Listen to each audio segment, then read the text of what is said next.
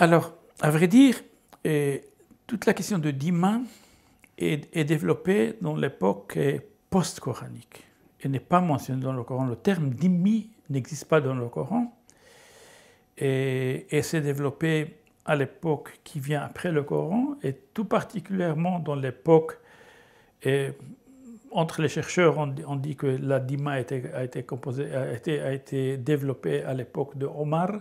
Et le débat qui existe entre les chercheurs, s'il s'agit de Omar le premier, le Omar ibn al-Khattab, le grand calife, le deuxième calife de Muhammad, qui était le calife le plus dominant entre les 4 califes de l'islam, ou plutôt c'était Omar ibn Abdelaziz, Omar le deuxième et le 8e calife de la dynastie omeyyade.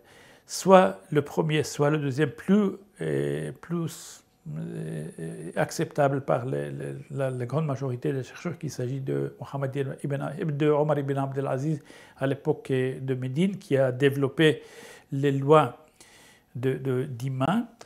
Mais on ne peut pas dire que les racines ne sont pas trouvables dans le Coran. Bien que le terme lui-même de dhimma, qui était plus tard traduit par cette belle expression de dhimmitude, et je pense que c'est une belle expression qui était créée par Bati Or, le chercheur qui a travaillé beaucoup sur le status de dhimmi.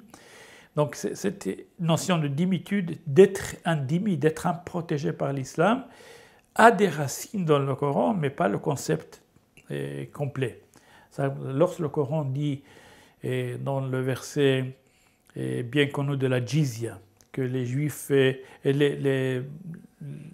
ceux qui appartiennent au peuple du livre, c'est-à-dire les Juifs et les chrétiens, et aussi quelquefois on met dans la même catégorie les autres peuples comme les zoroastriens qui sont aussi considérés comme un peuple de livre, grâce à leur livre sacré d'Avesta. Donc ces 3 grandes religions, et aussi quelquefois on ajoute d'autres, on trouve dans le Coran, et le fameux verset du Coran, de la Jizya, qui est la sourate 9, sourate At-Tawba, verset 29, qui disent que le peuple est protégé, pas protégé, Ahl-Kitab, doivent payer la jizya, c'est-à-dire l'aumône, wahum saghirun. Quand ils sont, normalement, on traduit ça comme lorsqu'ils sont humiliés.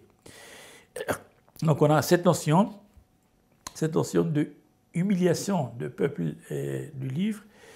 Et on trouve aussi un autre verset qui parle de peuple du livre en disant qu'il est...